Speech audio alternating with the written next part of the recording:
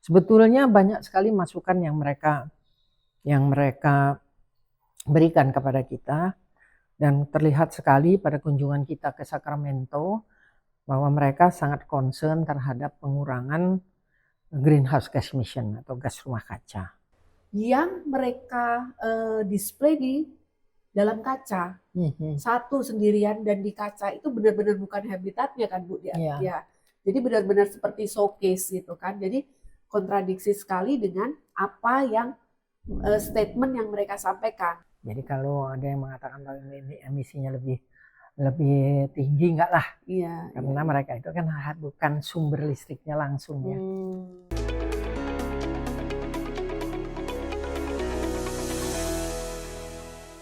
Bapak-bapak dan ibu-ibu sekalian, adik-adik mahasiswa, saudara-saudara sekalian, berikut ini adalah episode berikutnya dari podcast Responsible Palm Oil Initiative.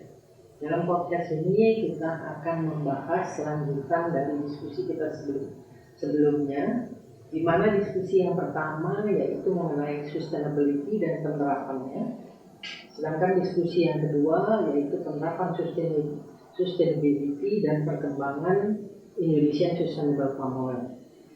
Seperti diketahui, dalam hal penyusunan standar kita harus mulai dari pembuatan standar, yaitu standar sustainability ataupun technical regulasi yang terkait dengan sustainability.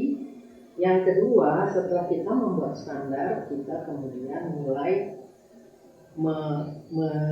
mempublikasikan hasil yang kita buat, hasil sementara yang dibuat, dan selanjutnya kita promosikan atau kita ajak bicara pihak konsumen dan pembeli.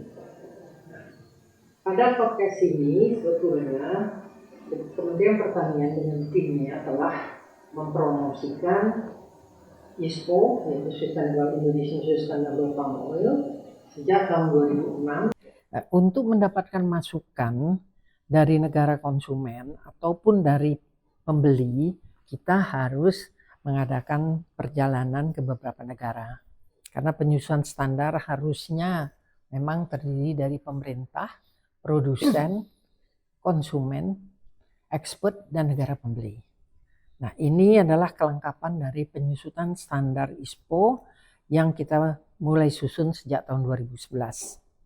Pada tahun 2006 sampai tahun 2011, kami mengadakan perjalanan ke beberapa negara. Selain ingin mendapat masukan dari negara konsumen dan para pembeli, juga tim ini melakukan positive campaign. Dari tahun 2016 sampai ke tahun 2011 itu, sampai tahun 2015, kita telah mengunjungi 14 negara dan 22 kota, walaupun ada kota di beberapa negara yang kita kunjungi lebih dari satu kali. Pada tahun 2016 sampai tahun 2011, kita telah mengunjungi Inggris, yaitu London, kemudian kita mengunjungi Washington, juga Sacramento yang sama-sama di US, Beijing di China, kemudian Berlin, Jerman, Helsinki di Finland, Sydney dan Canberra. Itulah kota-kota yang kunjungi pada tahap 1 2006 sampai 2016. Sebetulnya banyak sekali masukan yang mereka berikan kepada kita, dan terlihat sekali pada kunjungan kita ke Sacramento bahwa mereka sangat concern terhadap pengurangan greenhouse gas emission atau gas rumah kaca. Sedangkan kunjungan kita ke Canberra, concern mereka yang utama itu adalah biodiversity, dan juga kita minta perhatian supaya mereka memperhatikan produksi petani kita. Sedangkan kunjungan kita ke Beijing, seperti diketahui di Beijing kita mempunyai beberapa perusahaan besar yang menjual minyak sawit di Beijing, minyak sawit dan produknya.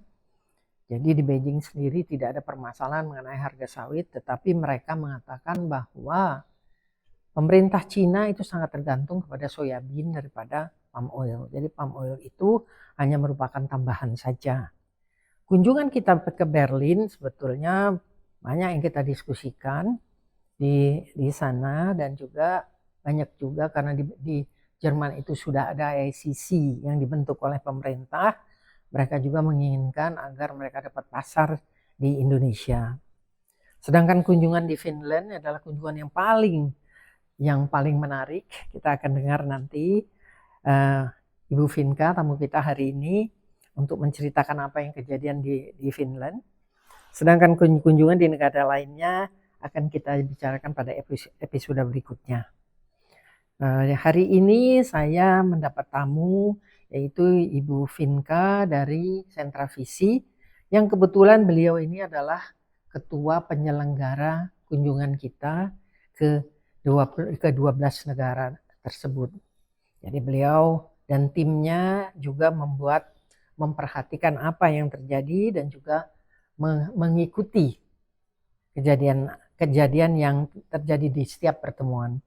Bapak-bapak dan ibu-ibu, walaupun tim kunjungan ini kecil, pada umumnya kunjungan kita dari tahun 2006 sampai kepada tahun 2015 itu selalu ketua timnya adalah Bapak Menteri Pertanian. Jadi Bapak Menteri Pertanian dalam kunjungan selalu mengadakan wawancara, kemudian juga bicara dengan pemerintah setempat, dan juga tidak lupa berbicara dengan Kadin setempat. Jadi saya dalam hal ini, karena tidak saya saja yang punya pengalaman dalam kunjungan ini, saya juga ingin supaya Ibu Finka mungkin menambahkan pengalaman beliau sebagai organizer penyelenggara dari kegiatan ini, supaya dapat ikut diceritakan dalam podcast ini. Silakan. Baik, terima kasih Bu Rosiana. Saya diberi kesempatan untuk mengisi podcast Ibu. Memang sejak tahun 2006 sampai 2011 kami itu mendapat kesempatan untuk bisa mengatur perjalanan positif campaign untuk palm oil Indonesia.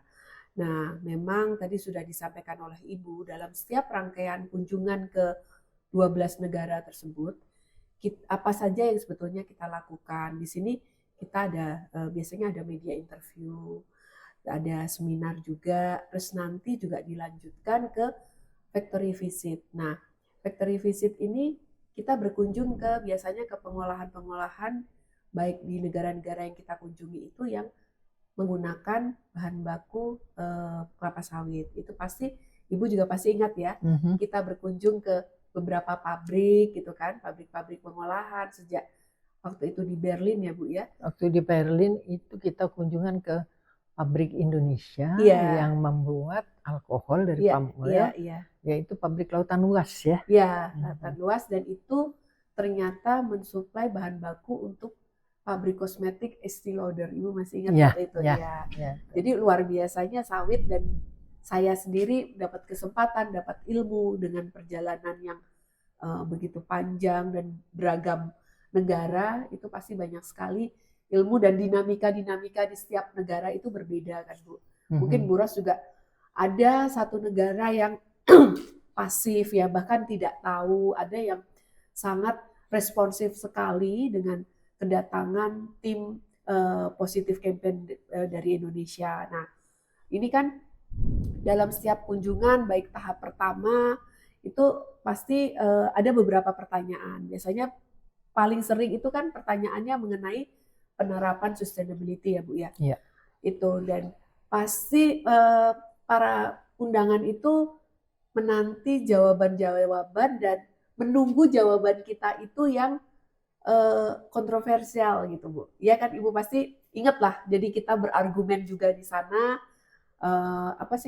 Kita harus menyiapkan beberapa jawaban atas pertanyaan-pertanyaan jebakan mereka gitu ya Ibu ya. Itu kan seru diskusinya. Jadi memang ada seminar, dan itu nanti beberapa panelis dari Indonesia. Saya masih ingat tim kita, Ibu Rosdiana, Pak Paulus Cakrawan, Pak Fadil Hasan, Pak Tony Liwang, dan beberapa lagi narasumbernya yang jadi tim, bisa dibilang tim tetapnya gitu Bu. Nah, di sini memang ada pertanyaan yang pertama itu mengenai sustainable.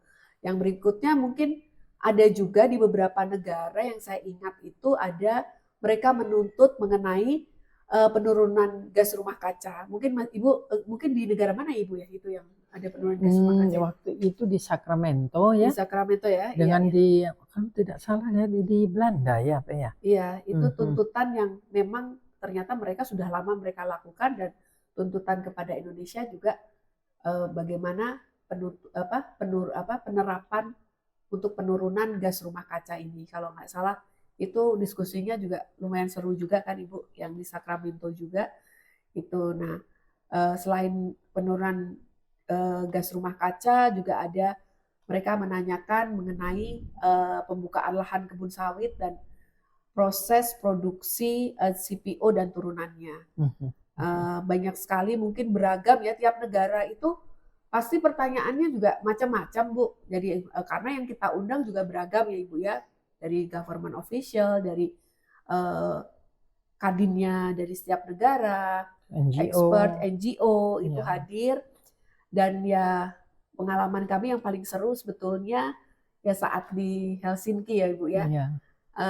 Kami venue tempat kami melakukan seminar itu di salah satu hotel terbaik di Helsinki, dan karena waktu itu ada Pak Menteri juga, kita sedang melaksanakan seminar, ternyata dikepung tuh hotelnya, ada demo, ada dari Greenpeace ya. Greenpeace di sana mungkin kolaborasi dengan Friend of the Earth ya Bu ya, dan mungkin dengan WWF juga beberapa. Mereka menggunakan kostum orangutan, tapi menurut Pak Tony itu terlalu orange gitu.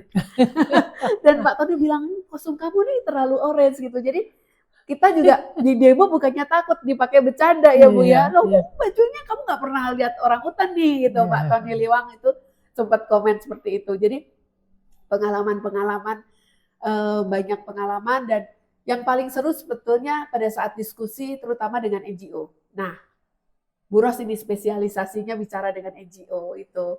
Ya, mungkin itu kan Bu, jadi ada juga dari Australia waktu itu, kalau nggak salah di kota Sydney ya Ibu. Nah, itu ada salah satu mungkin dari perwakilan dari kebun binatang di Sydney, ya. Victoria Zoo itu dia protes, bahkan sempat walk out ya Bu ya, karena dianggap kita tidak menerapkan tidak perhatian kepada orangutan. Anehnya hanya orangutan aja gitu kan, orangutan aja. Dan pertanyaan dari saya sebetulnya apakah kita juga sudah memperlakukan memperhatikan biodiversity di kebun sawit itu sih Bu? Itu sudah kita perhatikan nggak Bu? Karena pertanyaan dari mereka juga kalian tuh nggak memperhatikan itu gitu kan. Sementara setelah seminar kami sempat berkunjung ke kebun binatang di Victoria Zoo, itu hanya ada satu orangutan yang mereka display di dalam kaca, satu sendirian, dan di kaca itu benar-benar bukan habitatnya kan Bu ya.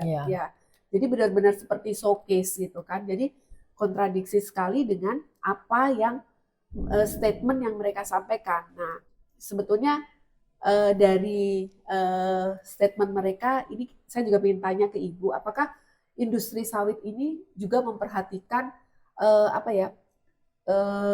maksudnya memperhatikan atau menjaga keselamatan lingkungan, biodiversity itu sebetulnya gimana sih Bu?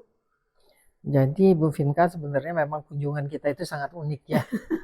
Kunjungan kita ke Jerman itu waktu itu kita pergi ke pabrik lautan luas yang punya Indonesia, yang tadinya punya Salim itu sebetulnya.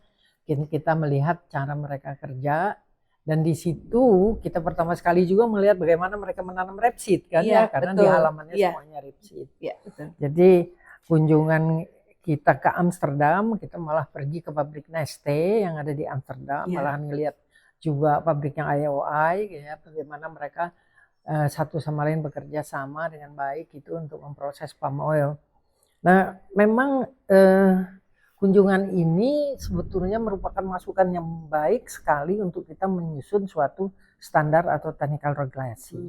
Dalam diskusi di London waktu itu ada orang wakil dari Kadin yang menanyakan kenapa Indonesia harus membuat sustainable palm oil padahal RSPO sudah membuat standar sustainable palm oil. Waktu itu saya tanya, standar itu adalah hak semua negara.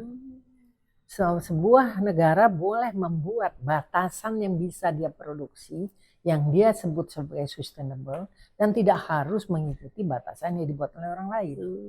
Ya. Kemudian mereka menanyakan juga bagaimana kekuatannya standar yang akan dibikin oleh Indonesia ini dibandingkan dengan yang dibikin oleh Roundtable on Sustainable Palm Oil. Saya bilang standar Indonesia ini dibuat oleh pemerintah dan akan diberlakukan oleh pemerintah. Mereka menyambut baik itu karena mereka merasa bahwa kalau dibuat oleh pemerintah maka penerapannya akan lebih baik daripada dibuat oleh orang lain. Ya. Kemudian pertanyaan-pertanyaan biasa mengenai yang paling hot pertanyaan itu adalah mengenai pengertian sustainability kita dibandingkan dengan mereka. Memang waktu itu sustainability belum terlalu terkenal seperti sekarang ini. Betul. Jadi penerapan yang apa kita lakukan waktu itu mereka sudah sangat mengatakan itu sudah sangat baik ya. Sebetulnya kita sengaja mengundang banyak NGO di setiap kali pertemuan kita dengan tujuan mendapatkan masukan yang baik dari para NGO. Jadi saya kenal betul salah satu NGO WWF yang ada di Inggris. Saya kenal sebetulnya sama dia. Dia selalu mengajukan pertanyaan yang banyak. Antara lain pertanyaan mereka itu adalah mengatakan apa usaha Indonesia untuk menyelamatkan biodiversity. Waktu itu saya katakan bahwa biodiversity di Indonesia ini cara penyelamatannya sederhana. Bahwa di setiap provinsi di Indonesia ini ada namanya Taman Nasional yang dikendalikan oleh BKSDA, Badan Pengawasan Kekayaan Alam Indonesia. Ini di sana BKSDA itu memelihara hewan yang sakit, kemudian juga hewan yang harus diternakkan. Dan apabila dia sudah dewasa kembali dilepaskan di hutan. Oleh karena itu hampir biodiversity di Indonesia ini hampir lengkap walaupun tidak banyak jumlahnya. Nah ini berlainan dengan pertanyaan yang kita dapatkan dari Australia dari asosiasi kebun binatang ya, asosiasi kebun binatang di Australia mengatakan bahwa sebetulnya orangutan itu tidak diperhatikan sama sekali sehingga banyak yang mati dan banyak yang hilang. Nah, kebetulan ada teman satu dari tim kita yang mengatakan kalau hewan itu mati dan hilang itu udah biasa. Karena dinosaurus juga nggak dibunuh kan mati sendiri. Ya. Tapi dalam hal ini saya katakan bahwa concern mereka itu selalu tertarik untuk bicara dengan orangutan karena DNA orangutan itu mendekati DNA manusia. Sehingga perhatian mereka sebetulnya kepada orangutan karena itu. Jadi orangutan juga kalau yang perempuan hamilnya hampir sama-sama manusia gitu ya. Dan dia dewasa setelah umur 15 tahun semua sifat-sifatnya mirip dengan manusia. Jadi mereka kelihatan tertarik kepada itu. Tapi ada teman juga yang mengatakan kepada si kepada si NGO dari Australia itu, kalau kami memelihara orangutan di Taman Nasional Tanjung Puting, di Tungkarihun, segala macam taman nasional itu kita memelihara orangutan, juga memelihara juga harimau, memelihara juga beruang madu, memelihara juga gajah. Tetapi kenapa yang concern hanya orangutan saja? Nah itu teman itu mengatakan kalau di Australia ada satu orangutan itu dikurung di kandang dikasih kaca. Kalau di kita punya orangutan kita lepaskan semua di hutan. Jadi itu yang terjadi pada diskusi pada tahap pertama. Nah memang diskusi di Helsinki di Finland itu memang agak menarik karena banyak NGO yang turun dan juga NGO yang menyerupai orangutan naik ke atas, menyemanjak ke atas hotel. Nah, sayang saya tidak melihat Ibu Vinka dengan tim yang melihat karena saya waktu itu sedang membantu Bapak Menteri sedang diinterview oleh WWF dan juga dari NGO lainnya yang ada di situ. Jadi satu ruangan itu banyak sekali NGO yang ingin menginterview Pak Menteri dan saya membantu beliau. Pak Menteri dan Pak Dubes ya waktu itu. Pak Dubes ya. Jadi masukan yang kita dapat dari kunjungan kita pertama ini sebetulnya negara-negara pembeli, kemudian juga konsumen sangat ingin sekali bahwa kita menghitung berapa sumbangan gas rumah kaca dari palm oil ini kepada keseluruhan gas rumah kaca yang dikeluarkan oleh Indonesia. Nah, ini pada podcast yang terakhir yang saya lakukan dengan Pak Heru Derajat, saya mengatakan bahwa kalau ISPO ini ingin diakui, ISPO harus mempunyai hitungan gas rumah kaca. Dan Pak Heru Derajat sendiri mengatakan kami akan menghitungi hitungan KLHK. Hitungan KLHK itu adalah hitungan nasional. Sedangkan hitungan kita kan per berapa luas kebun. Iya. Jadi memang harus ada yang disederhanakan. Jadi usaha kita untuk menghitung gas rumah kaca ini sebetulnya untuk kegiatan lain sudah ada, apalagi mereka yang terlibat di IPCC. Tetapi disayangkan sekali perhitungan gas rumah kaca ini tidak ada di dalam standar kita sendiri.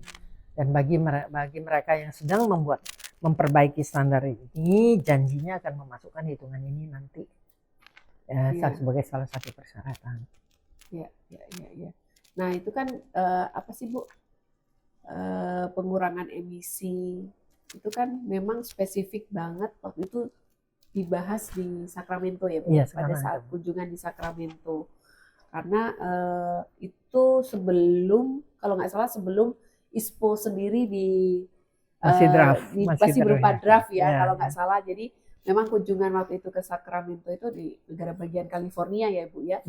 Itu karena California Air Resources Board sendiri mereka sudah terbentuk sudah lama kan, sekitar tahun 63 dan aktifnya sendiri 5 tahun kemudian di tahun 68 itu tujuan mereka adalah mengurangi emisi karena asap yang dikeluarkan oleh banyaknya kendaraan bermotor. Waktu itu mungkin booming industri mobil ya Bu ya di Amerika ya. Nah mereka membuat badan ini untuk berapa sih sebetulnya emisi asap yang dikeluarkan dari kendaraan-kendaraan khususnya di California.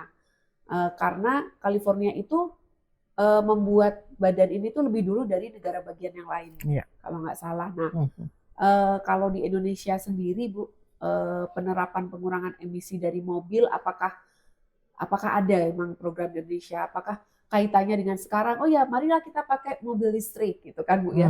Apakah itu sebetulnya berkaitan atau memang hanya berpikir secara industri saja gitu? Mungkin ini kan lagi tren sekali orang menggunakan kendaraan listrik ya, dan kita melihat kemarin angka polusi di Jakarta khususnya sangat tinggi. Dan sepertinya solusi instannya ya menggunakan mobil listrik. Nah, sekarang kami tanya ya Bu ya, bagaimana penerapan pengurangan emisi dari mobil? Apakah Indonesia punya program sendiri khusus gitu? Atau berdiri sendiri gitu Ibu? Sebetulnya Indonesia mempunyai program untuk mobil, untuk hutan, untuk listrik. Listrik kita ini kan banyak sekali yang dibuat bersumber dari batu bara. Sehingga untuk net zero emission yang dijanjikan pada pertemuan Glasgow itu pengurangan listrik dari penggunaan batu bara harus diturunkan. Sebetulnya ini semua program ada di bawah ISDM. SDM ini juga mempunyai tim sendiri yang mempelajari semua kemungkinan ini, termasuk penggunaan energi terbarukan. Energi baru terbarukan ya. EBTKE. Iya. Kemudian juga SDM, kemudian juga kebijakan pemerintah sekarang ini adalah penggunaan mobil listrik. Tapi kita juga harus hati-hati, jangan mobil listrik Cina terus ya. Karena Cina sendiri ada kelebihan. Jadi dan juga ternyata juga sekarang malahan ada sepeda listrik. Sehingga memang emisi dari mobil listrik, kemudian sepeda listrik memang lebih kecil daripada emisi dari fossil fuel. Jadi kalau ada yang mengatakan bahwa ini emisinya lebih tinggi, enggak lah. Karena mereka itu kan bukan sumber listriknya langsung ya. Jadi di situ semuanya itu dibahas oleh suatu tim yang kebetulan saya ikut beberapa kali diskusinya mengenai rencana pengurangan gas rumah kaca dari kegiatan yang disebut sebagai kegiatan penggunaan energi ya. Iya. Memang kita pernah ada usulan kita jangan pakai gas masak, kita sekarang jangan pakai kayu, jangan pakai apa untuk ngurangin gas rumah kaca. Iya. Kita pakai listrik. Ya. Tapi listriknya cukup apa tidak Iya. itu kan. Memang emisi dari listrik itu kecil, tapi kalau dibuat dari nuklir lebih kecil lagi, tapi kalau dibuat dari batu bara malah jadi tinggi. Iya. Kan ada Bu program pemerintah bagi-bagi rice cooker. Ya mungkin itu salah satu langkahnya aja sih ya Bu Iya, ya. iya. Ya, permulaan saja Iya. gitu. Jadi mulai saving lah ya, Iya, saving mulai energi saving, ya. Iya. Sebetulnya juga saya baru tahu kalau sepeda listrik itu juga nggak bisa dipakai di jalan besar rupanya ya. Iya, betul. Jadi dia sebagai sepeda saja. Cuma nggak goes aja Bu. Nggak goes Iya, saja. Iya. Jadi hanya bisa di kompleks saja. Iya, di komplek ya. gitu. Iya.